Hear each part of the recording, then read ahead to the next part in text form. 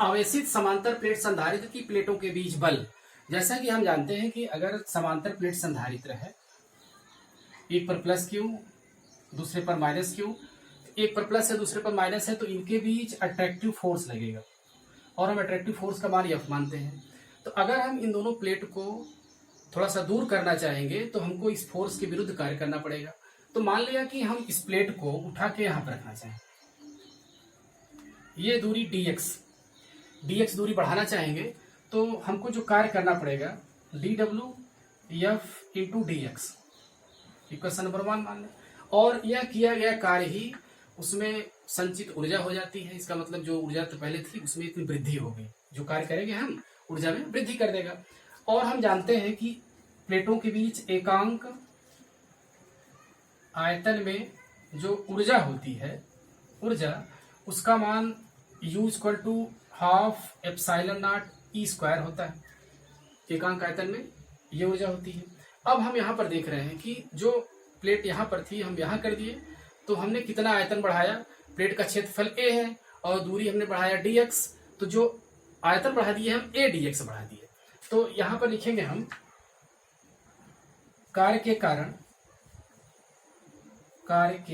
कारण ऊर्जा में वृद्धि, ऊर्जा में जो वृद्धि होगी वो लिखेंगे हम du=12ε0E²AdX ऐसे हो जाएगा, क्योंकि आयतन इतना हमने आयतन बढ़ा दिया है। अब क्या लिखेंगे हम लोग, यह एकांक आयतन की ऊर्जा है, AdX आयतन हमने बढ़ा दिया, तो कुल ऊर्जा कितनी वृद्धि होगी इस तरह से कैलकुलेट कर लेंगे हम। यहाँ पे मैथमेटिकली लिख सकते हैं 1/2ε0E ऐसे लिख सकते हैं हम। अब इसकी जगह पर क्या लिख सकते हैं, इसकी जगह पर हम लिख सकते हैं सिग्मा लिख सकते हैं, सिग्मा EA dx। जैसे कि हम जानते हैं कि E=σ/ε0 होता है, तो यहाँ से हम इस तरह से वैल्यू पुट कर सकते हैं। और इसी को और आगे बढ़ाएं अगर हम, तो लिख सकते हैं 1/2 सिग्मा EA की जगह पर क्या लिख सकते हैं, EA की जगह पर हम ये लिख सकते हैं कि हम लोग जानते हैं कि यहाँ पर हम लिख सकते हैं सिग्मा की जगह पर Q/A होता है, तो सिग्मा A की जगह पर हम Q रख सकते हैं। तो यहाँ पर रख देंगे हम लोग QE